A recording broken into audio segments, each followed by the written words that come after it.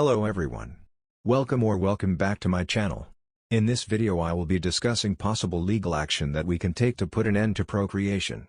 Within the antinatalist community there is a realization that the creation of a child amounts to the killing of that child, considering the fact that when a person dies of natural causes, this is a direct consequence of them being born. We can see this in a few of these posts made on the antinatalism subreddit. This is a position that I agree with and have also written about in my book titled Premortalism. On Chapter 2 from pages 29 to 30, I wrote the following.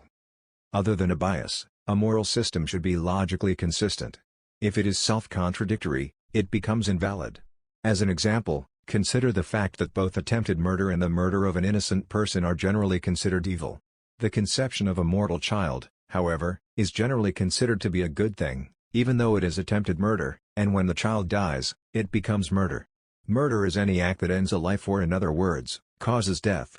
The conception of a mortal child is attempted murder because they are susceptible to death. This means that when they die, the responsibility lies with the parents. If you would like to read more, you can find my book listed on Amazon. I have recently made some updates to the book's content as well as its cover.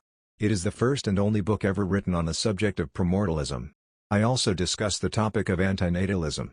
I believe that it is the greatest book ever written on both subjects, providing significant new contributions, so do consider getting your own copy as soon as you can.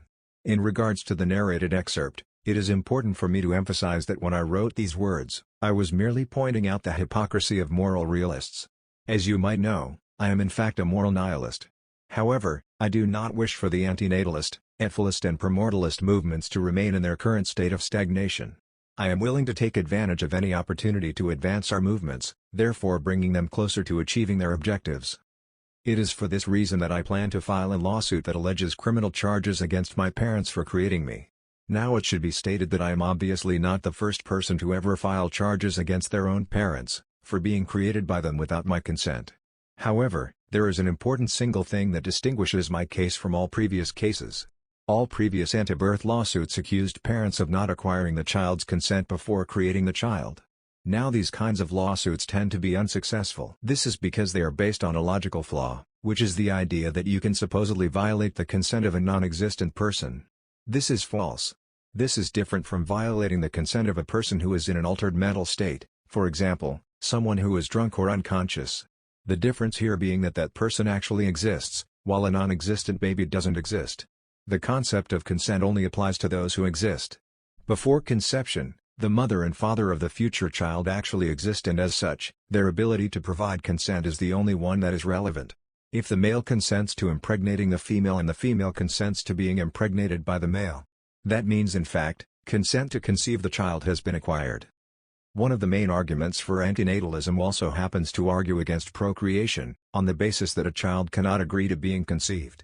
As you can guess, this argument is nonsensical for all the reasons that I mentioned earlier. As I said previously, I will also be filing a wrongful birth lawsuit, but not for the same flawed reasons as those who have also done so previously. My lawsuit not only makes actual sense, but it is also much more serious. It is so serious in fact that in the worst case scenario for pronatalists and breeders in general, if I was to win my lawsuit, this could potentially result in the criminalization of procreation. That's right. It could actually become illegal to have children. So what is it that I am accusing my parents of doing? This is something that I already alluded to at the beginning of this video. I am accusing my parents of attempted murder in the first degree. Now murder is a very serious offense. As you can see in this picture, all the areas that are colored in red countries indicate where murder is illegal. Any country that is colored in blue is a country where murder is allowed. All countries are colored in red, indicating that murder is illegal everywhere. It also carries severe punishments in all countries.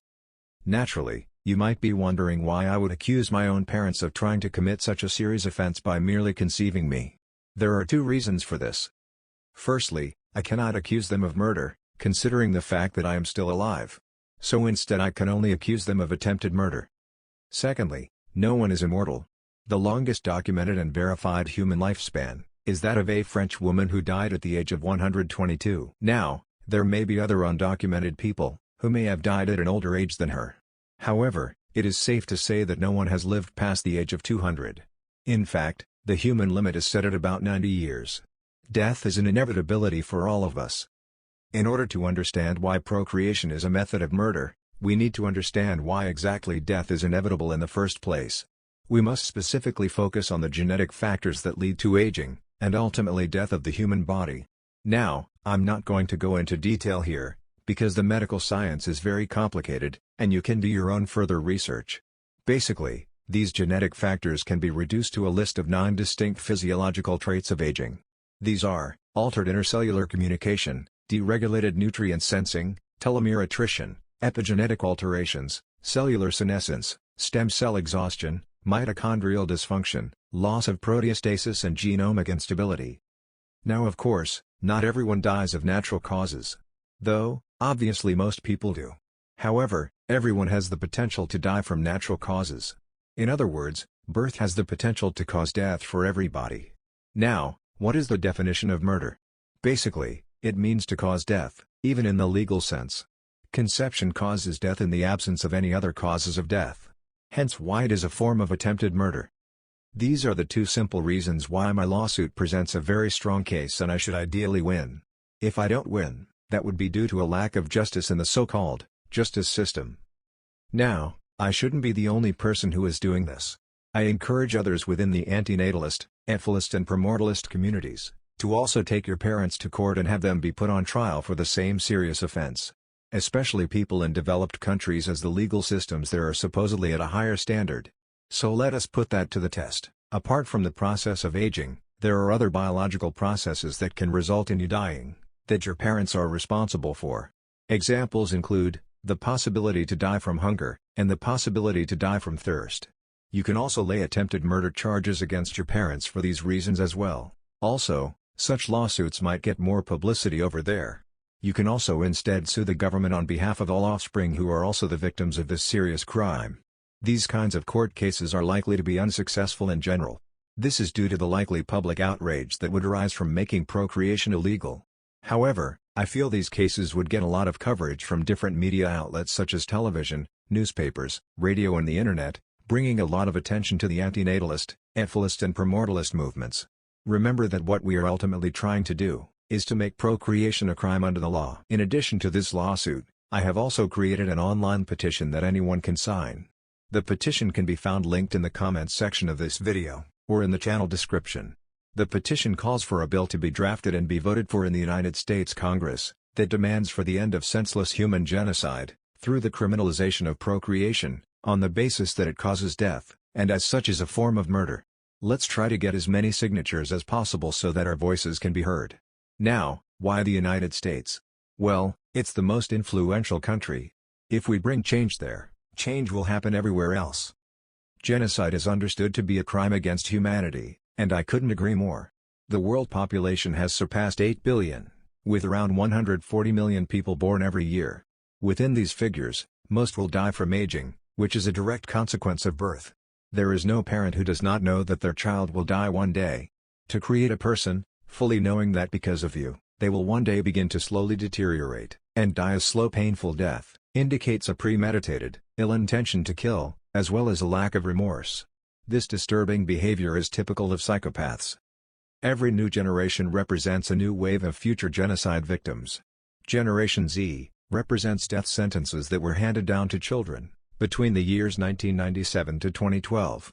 The millennial generation represents death sentences that were handed down to children between the years 1981 to 1996, and so on.